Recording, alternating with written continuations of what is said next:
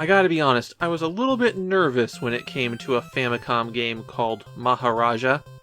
This is one of those games that was a more recent pickup for me, so I hadn't really had an opportunity to play it.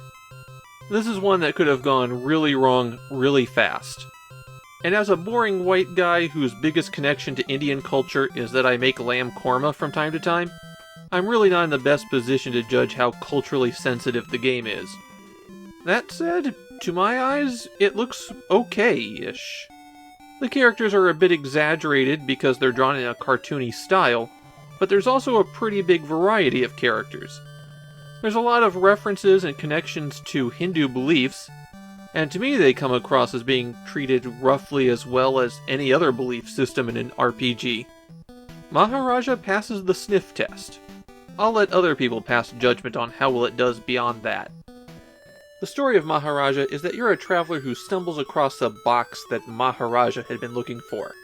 At the palace, the princess informs you that dark deeds are afoot. So you slip out, escape into the city, and get to work stopping the forces of Ravana. The plot pulls from multiple Hindu epics. It's not just based on one story. I suspect you're probably thinking that Maharaja is just another adventure game. It's not. Quest grafted on an RPG system. You have equipment and levels, and you get in random encounters when you're in some areas. But when it comes time to advance the story, then you're playing an adventure game.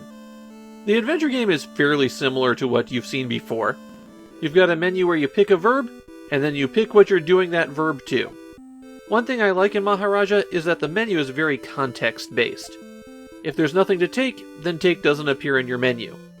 It's useful for powering through the adventure game segments, but it really shines with the secondary menu. The last option takes you to the RPG commands, and just like the regular adventure game menu, the commands only appear if you can do them. So until you've got a shield, the equip a shield option doesn't appear. This submenu is also where you save the game, and there's 5 save slots. As you level up, you can learn mantras that will give you special abilities. Things like throwing fire at your foes or teleporting to a location that you know. You earn these mantras by going and talking to Shiva. Shiva and Ganesha are apparently just hanging out around the town. The town is a good example of the strange blend of RPG and adventure elements. There are 2 shops, a weapons store and a general store, an inn that you sleep in to recover health, and this guy hanging out at the gate who will buy items off of you. So it's an RPG town, it's just all menu driven. Stepping out into the forest reveals the weakest part of this game. Navigating the wilds is also done by menu. And all of the screens look the same, so you're really going to want to draw a map. Walking to a new location, or just looking around, could draw the attention of an enemy. And those enemies could be a cobra, or a tiger, or this woman. Since I know someone's going to ask, she's Mahishi, a buffalo demoness. Personally, I think she looks more like an ant. Still, I really like the visual design in this game.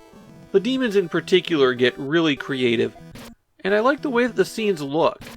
These combats also bring to mind the worst part of Maharaja. You gotta grind. The enemies scale up, and you'll have to fight some bosses, so you're just gonna have to sit out there and fight enemies over and over and over again.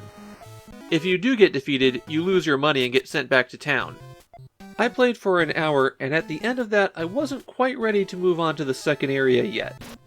I did so anyways to get a little bit of extra footage, but I really wasn't prepared. I was leveling up at an okay rate, but I wasn't earning anywhere near enough cash to buy better equipment. Of course, the only solution to that is grind some more. In Japan, Maharaja seems to be pretty much forgotten. The few people I could find who talked about playing the game said that they didn't know about the game until shortly beforehand. I don't know why this one is so overlooked. I actually think it's okay. The only real problem I had with the game was grinding for experience and money, and there aren't many RPGs on the Famicom that don't have that problem. It also seems like if you don't count the grind, Maharaja isn't particularly long. I think I'm going to revisit this one someday.